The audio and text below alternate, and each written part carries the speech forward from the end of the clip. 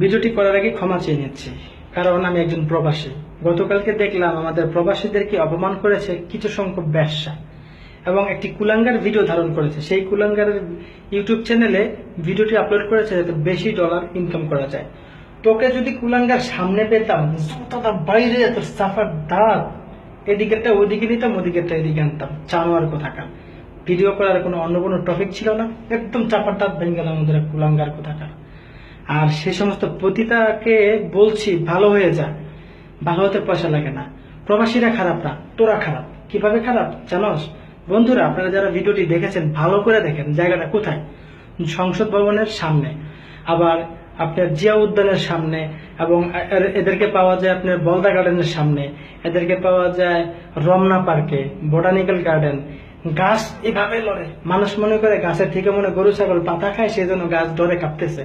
অথচ গাছ ডরে যে কেন কাঁপে, গাছের গোড়ার ভিতরে যখন লক্ষ্য করে তখন দেখে কুকুরের সাথে যেভাবে জোট লাগা থাকে, ঠিক সেম এই সমস্ত নটিগুলা, এই সমস্ত কুলাঙ্গার গুলা জোট লাগা থাকে।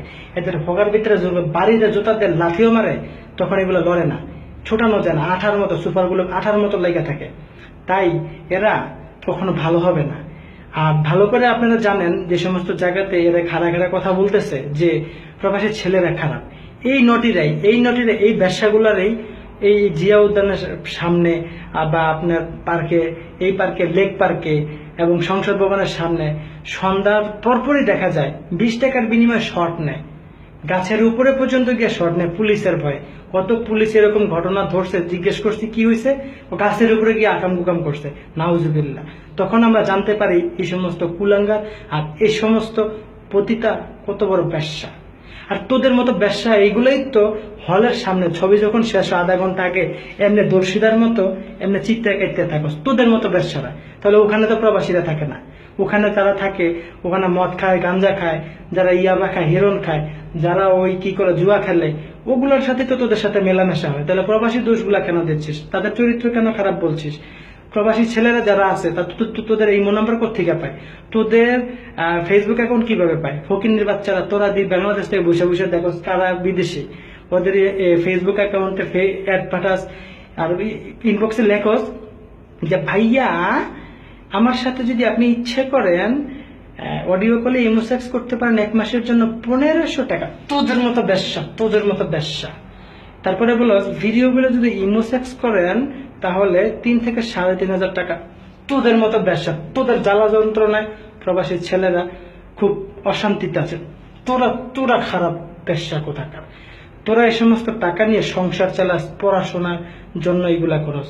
তোরা নিজেরা ইচ্ছা করলে কাজ করে খেতে পারিস, তোরা অবৈধ কাজ করে দেশে এইভাবে ভাইরাস ছড়াচ্ছিস। নিত্য নতুন যে ভাইরাস তৈরি হচ্ছে তোদের থেকে, তোর উপরে নিচে তোর গান হয়ে গেছে গা, বুড়িগঙ্গা নদী হয়ে গেছে গা।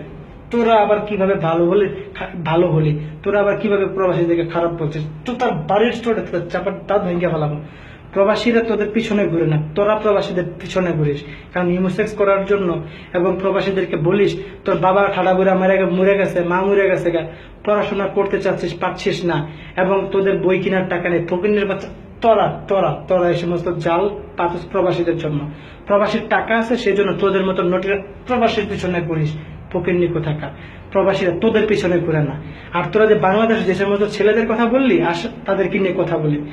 80% ছেলে বেকার বাংলাদেশ, 80%। 20% চাকরি হয়, মামু খালু আছে, টাকার জোর আছে। বাংলাদেশ তো গরিব রাষ্ট্র, সকলে তো আর বড় লোক না। টাকা দিতে পারছে, মামু খালু আছে, ভালো জায়গায় জব হয়ে গেছে, ভালো ভালো টাকা কামায়। আর 80% মানুষই গরিব, টাকাও কামাইতে পারে না, তোদের সাথে ইমোসেক্সও করতে পারে না। তাই প্রবাসীর পিছনে ঘুজাবাদা সুগার কোথাকার তোরা। এবং প্রবাসী ছেলেদেরকে বিয়ে করতে চাচ্ছিস। আর যারা 80% ছেলে কাজকর্ম নাই, শিক্ষায় শিক্ষিত হয়ে দেশে ঘোড়ার কাজ করতেছে, রিক্সা চালাইতেছে, তখন তোদেরকে বিয়ে করতে গেলে কি বলে জানিস? ওই কাজীরে শিখায় দেয়, এর শিখায় দেয় যে বিয়ে করব, ঠিক আছে, 1 লক্ষ 2 লক্ষ টাকা এবং চাকরি করার বা চাকরির জন্য ঘুষ দিতে হবে 2 লাখ 3 লাখ, আর না হয় ব্যবসা করার জন্য টাকা। শোকেস, আলমারি, বক্স খাট, ফ্রিজ, এসি, হুন্ডা, টেলিভিশন, গড়ি, সাইকেল তোদের কাছ থেকে আছে ফকিন্নি। তারা ভালো তোদের কাছে? আর প্রবাসী ছেলেরা ফকিন্নি না। 60,000, 70,000, 1 লাখ, 5 লাখ আর বেশি যারা ব্যবসা করে এগুলা কামায়। তোদের মতো অনেক ফকিন্নি ইচ্ছা করলে আমরা পালতে পারি। তোরা আমাদের পিছনে ঘুরিস, সেই জন্য তোদের কাছে তোরা প্রেম করিস শাহরুখ খানের লগে, আর বিয়ে করিস কলাভূতের সাথে। ফকিন্নি কোথাকার প্রবাসী তো খোঁজস তারা। যখন জানোস প্রবাসী ছেলে যখন বাংলাদেশে যাবে, টিকিট কেটেছে, ছুটিতে যাবে, তোদের বাবা মা উল্টা করে লাগবে প্রবাসীদের পিছনে।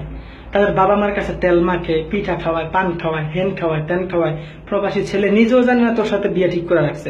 যখন প্রবাসী ছেলে বাইরে গেছে, তার পরের দিনই দরজার সামনে গিয়ে এমনি দাঁড়ায় থাকো ফকিন্নির মতো, এমনি দাঁড়ায় থাকো। যখন ছেলে ঘুম থেকে উঠে দেখে যে একটা খাড়া রয়েছে, কেটা জানি বুকে উন্না নাই, গেঞ্জি পরা, জাঙ্গা পরা, এমনি খাড়া রয়েছে, তখন জিজ্ঞা ওয়ার ইউ, মানে হেতে ভুলে গেছিল প্রবাসী ছেলে হেতে কি ওই বাংলাদেশে আছে না আমেরিকা আছে না ওই ইউরোপে আছে, ভুলে গেছিল। তো জিজ্ঞেস করলো ওয়ার ইউ, মানে হে মনে করছে যে ঘুমের ভিতরে আছে। তখন বলিস যে আমার সাথে আপনার সাথে হাঙ্গা ঠিক করে রাখছে আপনার বাপ মা, তখন ছেলেকে কি করে ঘুমের ভিতরে তো এটা বলবে না, তখন লাভ দিয়ে ওইটা বলে যে আপনি আচ্ছা হ্যাঁ, তারপর কথাবার্তা বলার চেষ্টা করিস ফকিন্নি কোথাকার। আর প্রবাসীরা বিয়ে করে তোদের কাছ থেকে কারো কাছ থেকে যৌতুক নেয় না, আর 2-4 জন খারাপ থাকতে পারে, কিন্তু 95% প্রবাসীরা তোদেরকে টাকা দেয়, তোদেরকে উল্টা যৌতুক দেয়। তোরা আবার প্রবাসীদেরকে খারাপ কিভাবে বলছিস ফকিন্নি জাত কোথাকার।